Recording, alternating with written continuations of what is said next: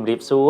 សូមស្វាគមន៍មកកាន់ក្រុមហ៊ុន Volten International Cambodia ខ្ញុំបាទសុករភុនជាទីប្រឹក្សាវិទ្យាសាស្ត្ររបស់ក្រុមហ៊ុនក្នុងវីដេអូមួយនេះខ្ញុំចង់ណែនាំអំពីផលិតផល V Cafe នោះគឺកាហ្វេខ្ញីខ្មៅដែលលាយបញ្ចូលគ្នានូវសារធាតុផ្សំពិសេសដូចជាគ្រាប់កាហ្វេ Arabica Brazil ចម្រាញ់ខ្ញីខ្មៅចម្រាញ់សម្បកផ្លែមង្ឃុតនិងសារធាតុផ្អែម Nano V Cafe នេះប្រើប្រាស់ចម្រាញ់គ្រាប់កាហ្វេ Arabica Brazil ដែលផ្ទុកកម្រិតកាហ្វេអ៊ីននិងអាស៊ីតទាបបំផុត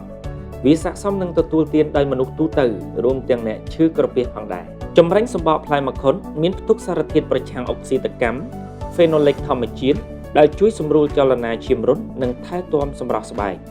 មិនដូចជាកាហ្វេធម្មតានៅលើទីផ្សារទេ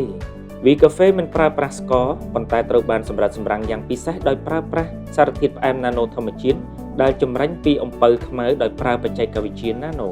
ហេតុនេះបងប្អូនដែលមានជំងឺទឹកនោមផ្អែមក៏អាចទទួលទាន V Cafe បានដែរទទួលទាន V Cafe ជារៀងរាល់ថ្ងៃផ្ដល់គុណប្រយោជន៍ជាច្រើនដល់រាងកាយក្នុងនោះរួមមាន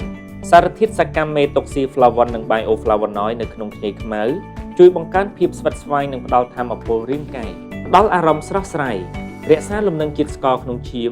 ជួយដុតរំលាយខ្លាញ់និងសម្រក់ទម្ងន់ជួយថែទាំសុខភាពពោះវៀនរបៀបទទួលទាន V Cafe គឺងាយស្រួលនោះទេ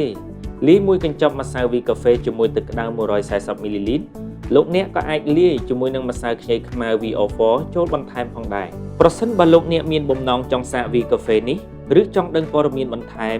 សូមទាក់ទងអ្នកដែលបានចែករំលែកវីដេអូនេះទៅកាន់លោកអ្នកឬចុច link ខាងក្រោមសូមអរគុណចំពោះការទស្សនាវីដេអូមួយនេះ